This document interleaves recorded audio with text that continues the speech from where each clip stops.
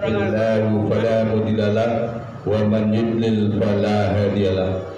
اللهم صل على سيدنا محمد وعلى آله وصحبه أجمعين. أما بعد فيا عباد الله أوصيكم ونفسي بتقوى الله.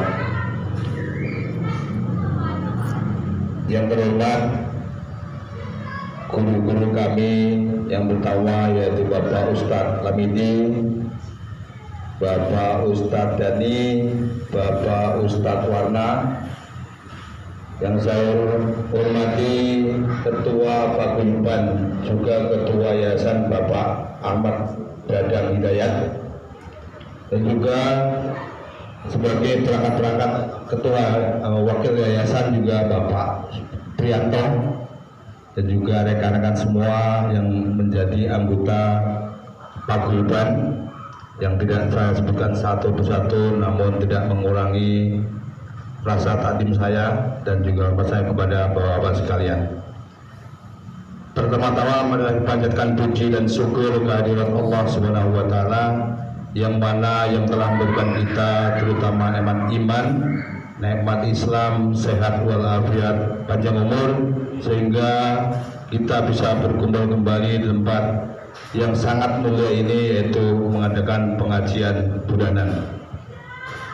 Dan tak lupa salawat dan salam kita sanjungkan kepada baginda Muhammad Rasulullah SAW beserta keluarga, sahabat, tabi'inya, dan mudah-mudahan kita diakui sebagai umatnya Nabi Muhammad SAW dan juga nantinya diberi syafaat di yaumil kiamah. Amin ya rabbal alamin. Pertama, saya akan membacakan susunan beberapa acara pada malam hari ini. Dan sebelum kita mulai acara, kita sama-sama kita buka dengan baca basmalah bersama-sama. Bismillahirrahmanirrahim. Terima kasih. Dan berikutnya yaitu pengajian atau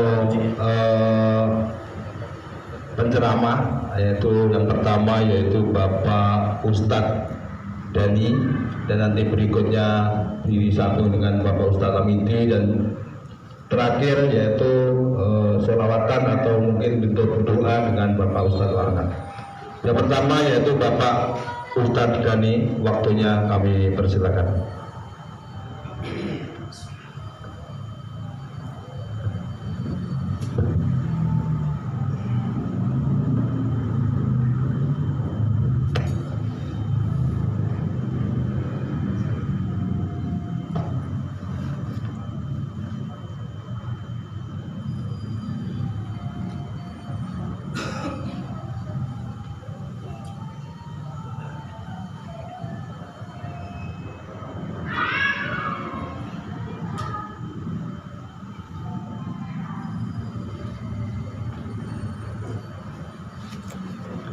Baik, syukran kasiran kepada Bapak pembawa acara, Bapak Sutrisno. Baik, bismillahirrahmanirrahim. Assalamualaikum warahmatullahi wabarakatuh. Waalaikumsalam warahmatullahi wabarakatuh. Alhamdulillah, wassalatu wassalamu ala rasulillah wa ala alihi wa sahbihi wa mawala. Allahumma nafsi mutmainah tuminu biliqaika wa taradda biqadaika. Ilahi ada maksud wa ridhaka madhuli atini muhammadaka wa marifataka. Subhanaka la ilma lana illa ma 'allamtana innaka antal alimul hakim. Rabbi shrah li sadri wa yassir li amri wa hlul 'uqdatam min lisani yafqahu qawli, amma ba'd. Hadratul Karamun, pertama-tama yang saya hormati Sahibul Maqasid Bapak Sarwana, juga Al-Mukarram Al-Muhtaram Musallam ini, juga para mustami semua yang tidak bisa saya sebutkan satu persatu, namun tidak mengurangi rasa takjub saya. Mudah-mudahan kita semua senantiasa diberi kekuatan oleh Allah Subhanahu wa taala untuk senantiasa mencari ilmu, talabul ilm, untuk menunjang ibadah dan kehidupan kita. Juga mudah-mudahan Allah Subhanahu wa taala senantiasa memberikan sehat walafiat kepada kita, panjang umur, senantiasa umur ini kita pergunakan untuk mentaati Allah Subhanahu wa Ta'ala. Juga apa-apa yang telah kita korbankan dari mulai waktu, langkahnya kaki kita, gontayan kedua tangan kita yang dicatat oleh Allah Subhanahu wa Ta'ala sebagai amal ibadah kelak menjadi saksi kelak di akhirat. Karena langkah ini bukan langkah maksiat, langkah thalabul ilmi, langkah mencari ilmu, langkah yang diridhoi oleh Allah dan Rasulnya. Thalabul ilmi faridatun ala kulli muslimin wal muslimat. Sesungguhnya menuntut ilmu, belajar ilmu agama khususnya adalah hukumnya wajib. Kalau sudah menyangkut kepada hukum wajib, berarti kalau ditinggalkan dengan sengaja berarti dosa, Pak. Justru yang harus gercep itu untuk menggali ilmu, untuk belajar agama khususnya adalah para rijalun, laki-laki, bapak-bapak. Karena bapak ini sebagai pemimpin buat keluarganya. Sebagaimana Allah Subhanahu wa Ta'ala firmankan di dalam Al-Quran, ya ayyuhalladzina amanu qu anfusakum wa ahlikum naro. Sesungguhnya kalian itu adalah pemimpin, ya. Jaga, lindungi keluarga kita dari api neraka. Kalau sekarang kadang kebalik, justru yang gercep pengajian itu ibu-ibu, gitu. Ya, di mana-mana Pak, yang gercep itu ibu-ibu kadang. Bapak-bapak ya banyaklah problemnya alasannya, itu kan di mana-mana begitu. Padahal itu kebalik sebenarnya. Seharusnya yang gercep mencari ilmu, ya, mendatangi majelis taklim itu adalah bapak-bapak. Ya, karena bapak-bapak ini tanggung jawab dunia akhirat. Kepada siapa? Kepada keluarga, kepada keluarganya, bukan hanya sekedar menafkahi dohir saja.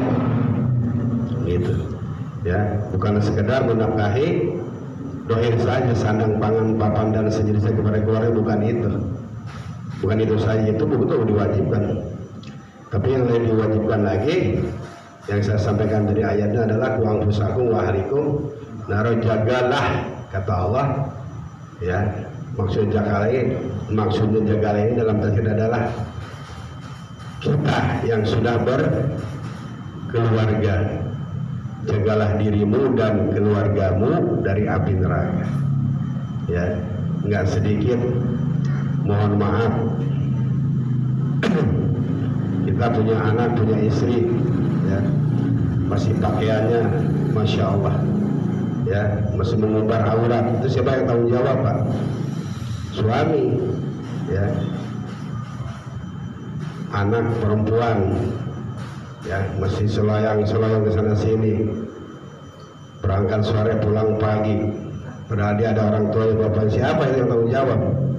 Bapaknya, ya. Punya anak laki-laki juga begitu, ya. Makanya pentingnya seorang bapak ini selain daripada menafkahi adalah menuntut ilmu.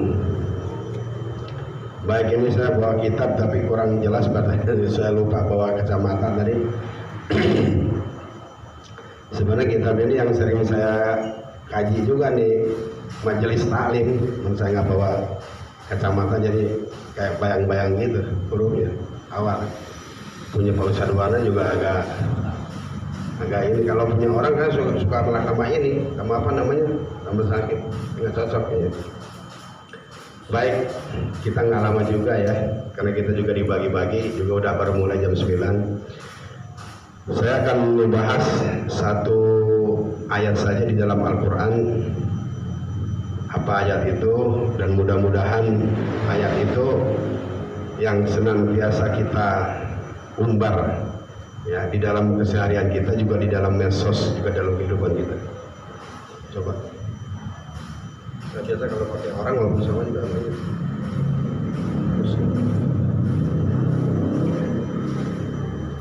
Malah kamu berbayang. Ya udah. Ada di dalam satu ayat dalam Al-Quran, yaitu ayat berbunyi begini, lain syakartum la azidannakum wa in kafartum inna adzabi lasadid. Ya. Terjemah bebasnya begini, barang siapa yang bersyukur, ya, maka akan Allah tambah nikmat itu. Tapi barang siapa yang kufur, maka azab Allah akan menimpa kepada dirinya. Gitu. Kalimat syukur di sini ada sebagian para ulama membagi 3. Pertama syukur lisan, kedua syukur qalbu, ketiga syukur perbuatan. Nah, kalau saya ambil daripada tafsir para ulama itu adalah syukur perbuatan. Kenapa? Karena kalau syukur lisan semua orang juga mampu, ya. Kalau misalkan kita dapat rezeki banyak nih, mungkin Pak Ketua nih dapat borongan bisa nyayur, alhamdulillah. Di mana-mana begitu Pak, ya kan? Alhamdulillah. Ya. Bahkan ini kalau dikaji secara rinci, saya pernah waktu itu kalau tidak salah tahun berapa ya, mengkaji kalimat syukur itu bukan alhamdulillah sebenarnya. Kalau alhamdulillah ini bukan kalimat syukur apa yang kita terima dari Allah, tapi kalimat pujian kepada Allah. Alhamdulillah itu apa artinya Pak? Nah, segala puji, memuji berarti kan? Ya, memuji gitu, memuji Allah gitulah. Nah, kalimat ini juga kadang mohon maaf nggak sedikit sering diucapkan oleh saudara kita yang non muslim. Coba dulu di airport saya kan banyak yang orang, mohon maaf ya, orang Batak tuh ya, yang orang non muslim. Coba alhamdulillahnya malah lebih fasih daripada kita Pak. Alhamdulillah katanya. Oh gitu. Jadi kalimat syukur intinya itu adalah perbuatan kita, ya, gitu. Bagaimana Allah Subhanahu Wa Taala di dalam surat Ar-Rahman, ada yang hafal nggak? Berapa puluh kali itu Allah mengucapkan fabi ayyi ala'i rabbikum tukadziban? Ada yang tahu? Berapa puluh kali di situ? Hah? Ada yang tahu?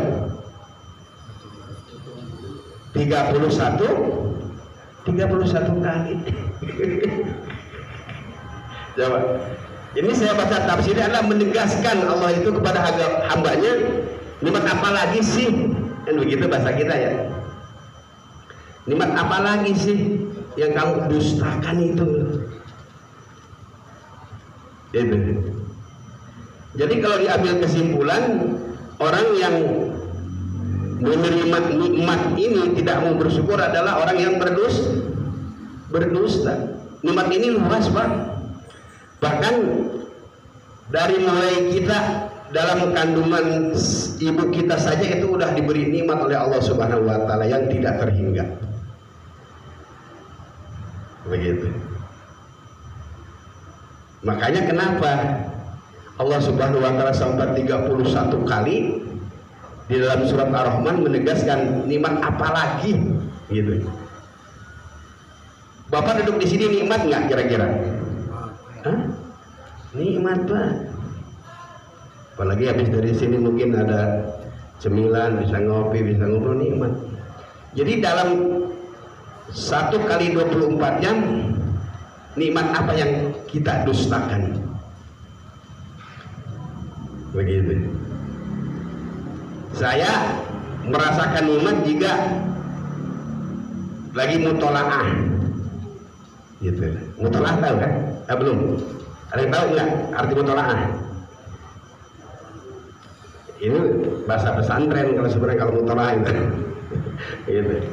Itu kalau lagi baca-baca kitab ya, lagi mutolaah itu sesuatu nikmat yang saya rasakan itu Pak. Gitu. Nikmat banget.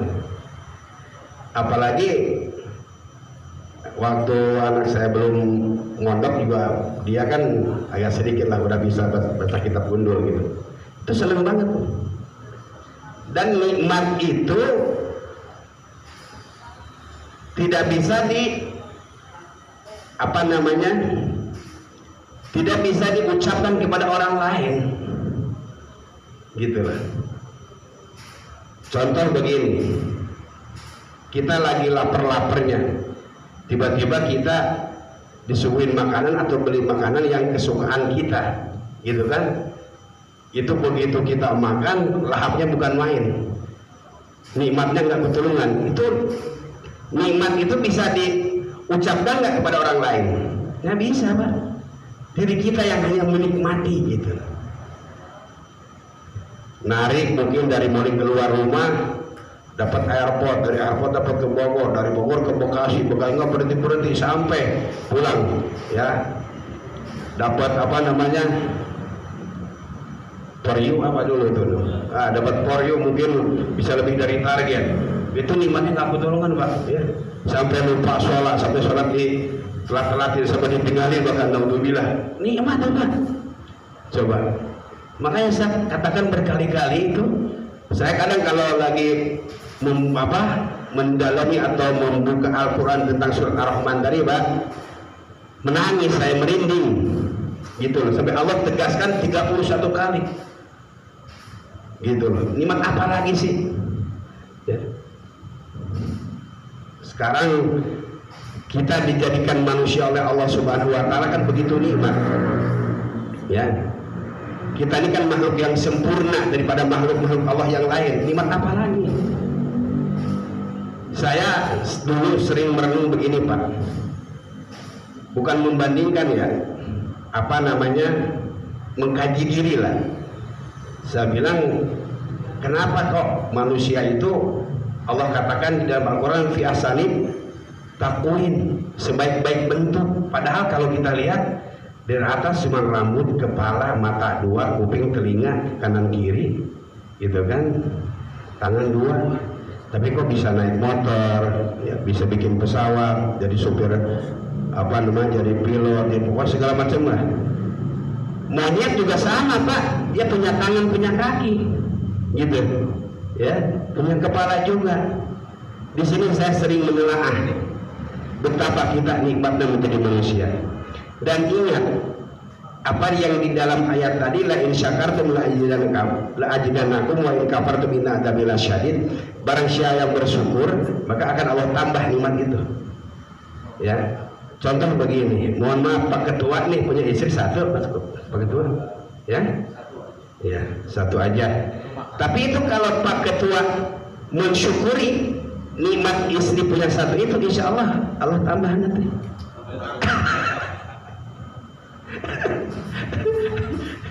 Begitu, ya.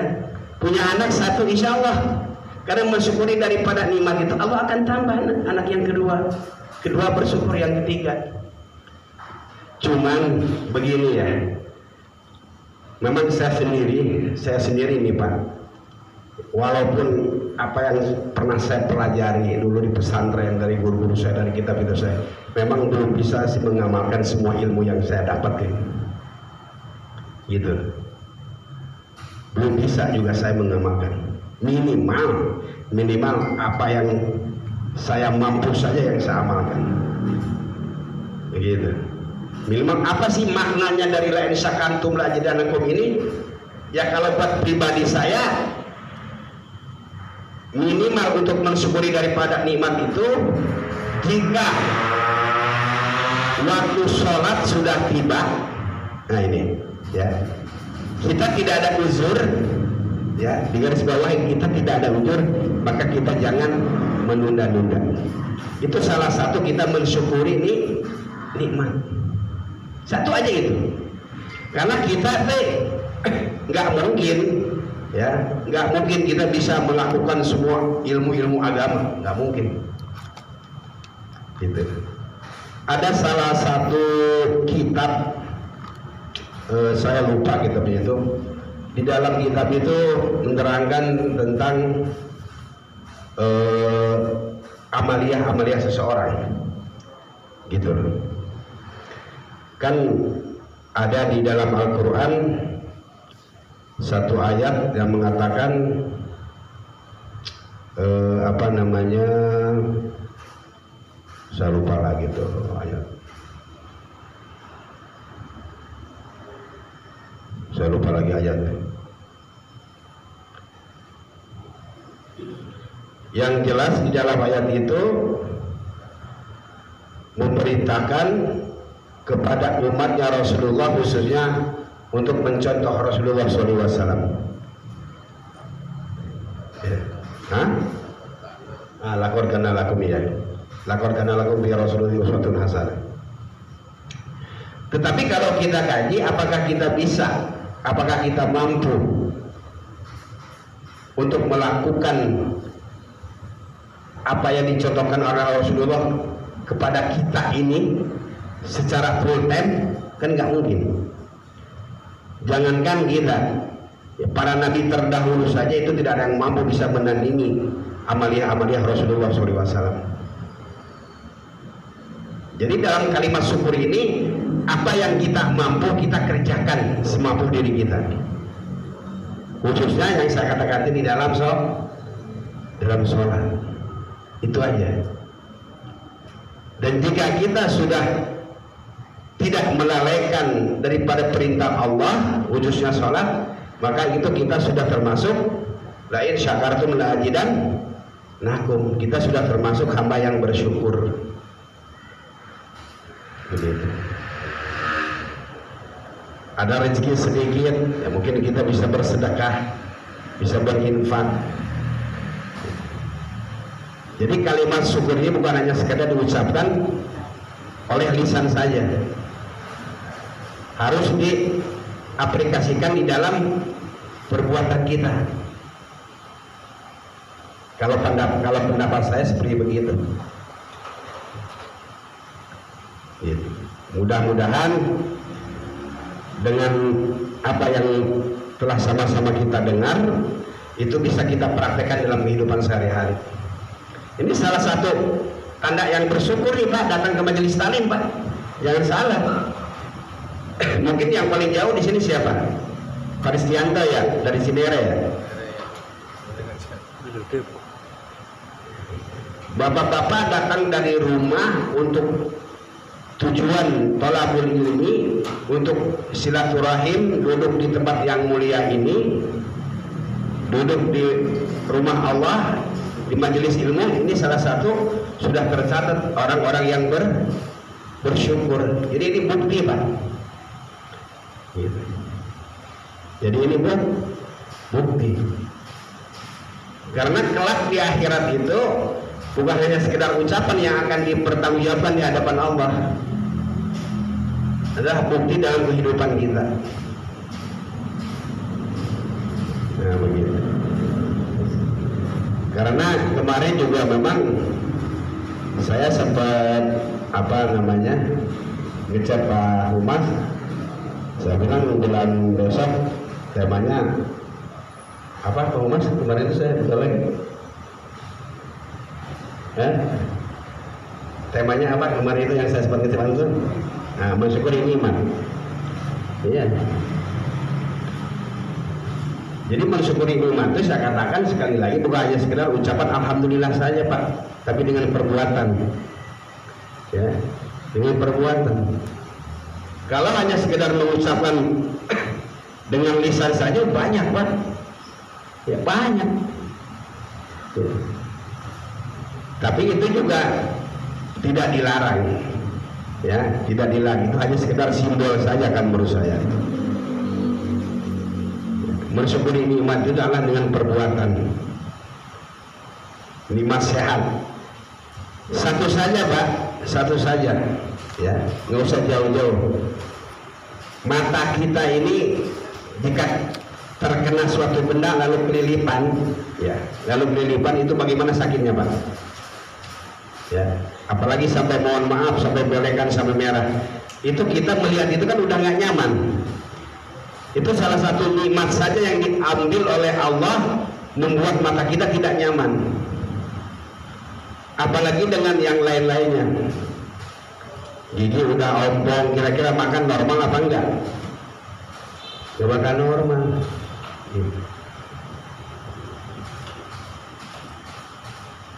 Itu salah satu nikmat yang sudah dikurangi oleh Allah Subhanahu wa taala. Kadang kita kena sakit, meriang aja kita udah pelingsatan. Gitu. Belum kita dikasih penyakit oleh Allah yang lain-lainnya, itu sudah dikurangi nikmat hidup kita. Makanya selagi kita masih sehat, yuk kita manfaatin sebelum kita sakit. Mumpung kita masih ada umur, kita pergunakan untuk mensyukuri nikmat Allah sebelum kita dicabut nyawa oleh Allah Subhanahu wa taala. Mumpung kita masih diberikan rezeki yang banyak, yuk kita manfaatkan ya. Sebelum harta benda itu Allah cabut, sebagaimana mohon maaf kemarin waktu kita lihat musibah di daerah Aceh, daerah Sumatera Utara, daerah Sumatera Barat, coba lihat Pak ya, nggak sedikit orang mati di dalam mobil atau di daerah Tamiang apa ya, Aceh itu ya. Coba kalau saya itu dijadikan ibroh Pak ya, dijadikan itibar. Karena kematian itu tidak menunggu kaya dulu, tidak menunggu tua dulu, tidak menunggu sakit dulu ya. Jika Allah sudah berkehendak, itu di Tamiang itu nggak sedikit tuh orang yang mati dalam mobil Pak, yang kejebak banjir. Makanya saya berulang-ulang saya menyampaikan nggak bosan-bosannya, kenapa sih Allah Subhanahu wa taala sampai 31 kali? Nggak ada di surat lain Pak, saya menegaskan begitu ya. Nikmat apa lagi yang kau dustakan? Coba ya, kamu sudah diberi sehat, sudah diberi hidup, sudah diberi rezeki, sudah diberi istri, bahkan ada yang lebih dari 3, sudah diberi anak yang soleh-soleha, sudah diberi kehidupan dunia yang enak, yang nyaman, tapi kamu masih membangkang aja, bahkan merusak. Itu Allah murka Pak. Jadi kesimpulannya dalam tausiah saya ini satu aja kita ambil ya, nikmati, syukuri, bukan syukurin ya, syukuri ya. Kalau syukurin namanya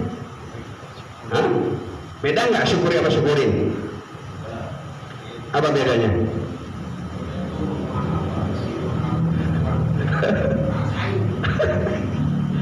Syukuri sama syukurin beda ya.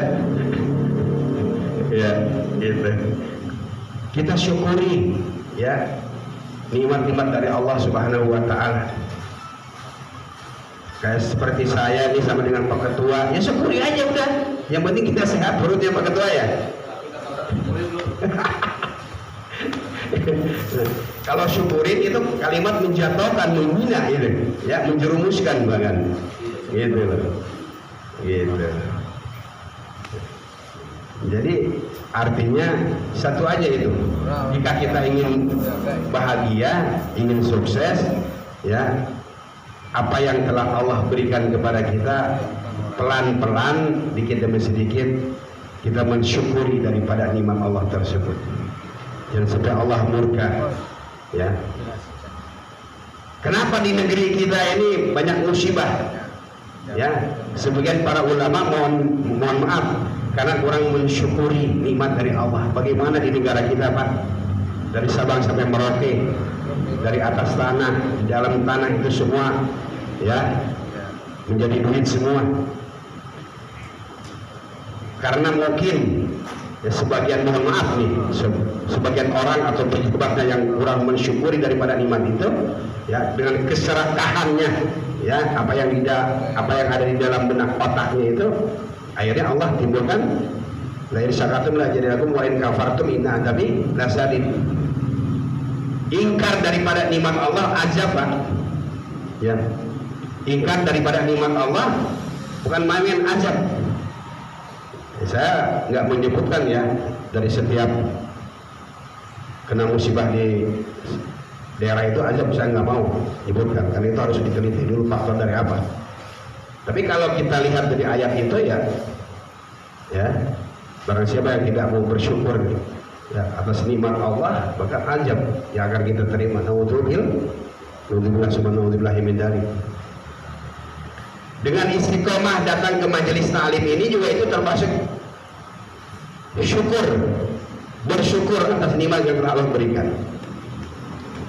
Bahkan sampai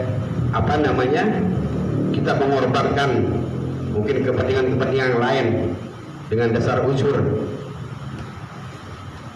Saya demi Allah Pak, kalau bukan hanya karena kecintaan saya kepada ilmu, kepada bapak-bapak, saya malas datang ini.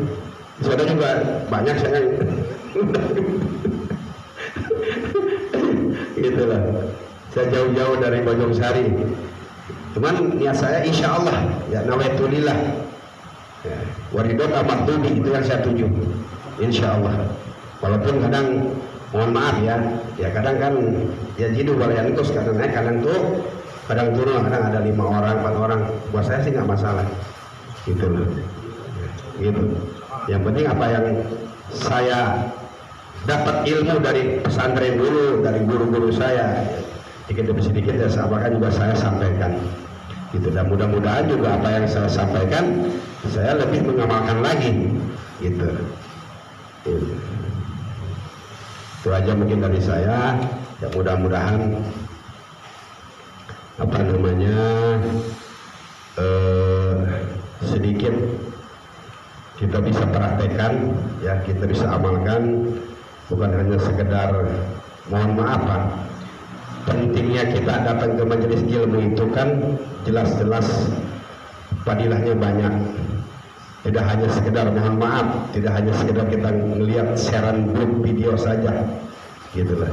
Tidak hanya sekedar melihat video di grup saja tentang masalah agama. Kadang di video itu kan bisa diedit, ya. Kadang nggak jelas juga, kadang bisa di lip sync juga, ya. Walaupun orangnya memang ada, ustadznya ada, kiainya ada, gitu loh. Kadang bisa dipotong videonya. Nah ini yang saya pelajari, kenapa di antara umat Islam khususnya di Indonesia itu jarang untuk menghadiri secara offline thalabul ilmi, karena mungkin sudah merasa dia mendapatkan ilmu di dalam online tersebut, ya, al YouTube, al FB, al TikTok. Padahal astagfirullahaladzim, ya. Ya kalau sekedar sering-sering kan masalah sih. Tapi kalau kita ingin belajar betul-betul ilmu harus datang Pak. Apakah di situ dapat pahalanya nggak setelah kita melihat video di situ? Ya kadang untuk mengamalkannya aja hati-hati.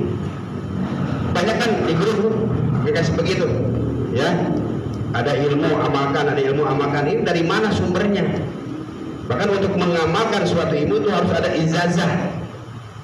Yang namanya ijazah itu tidak boleh langsung online, harus datang kepada guru, bahkan ditalkin untuk menjajahkan suatu ilmu itu nggak boleh sembarangan, gitu. Karena mungkin sudah sebagian kaum muslimin sudah merasa mendapatkan ilmu dari online, ya, dari TikTok dan sebagainya. Jadi untuk apa lagi datang? Gitu, mungkin begitu kali, ya. Padahal kalau kita mau melihat fadilahnya itu ya Masya Allah, satu langkah aja udah ditinggikan derajat kita. Melangkah dari rumah untuk menuju ke majelis ilmu, bahkan sudah dihitung apa? Sudah dihitung jihad. Ya, seperti bapak-bapak ini dari rumah masing-masing datang ke sini niat untuk silaturahmi, niat untuk thalabul ilmi, ya, mendapatkan ilmu, mendengar mu'alim untuk menyampaikan. Itu dalam perjalanan ke sini dan dari sini juga pulang ke rumah itu sudah dihitung jihad, gitu. Kalau kita ngelihat di YouTube, ya, di video apa udah termasuk jihad itu, termasuk dihitung jihad, kayak begitu. Itu kan buat hiburan-hiburan sih nggak masalah.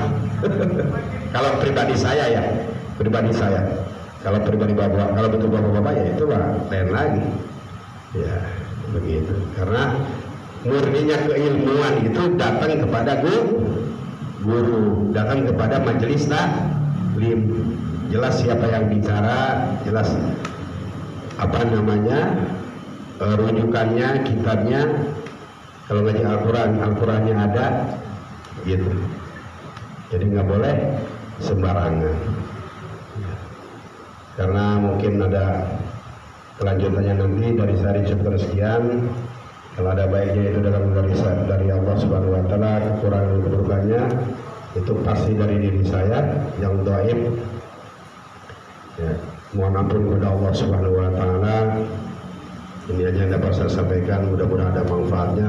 Wallahul muwaffiq ila aqwamit thoriq. Assalamualaikum warahmatullahi wabarakatuh.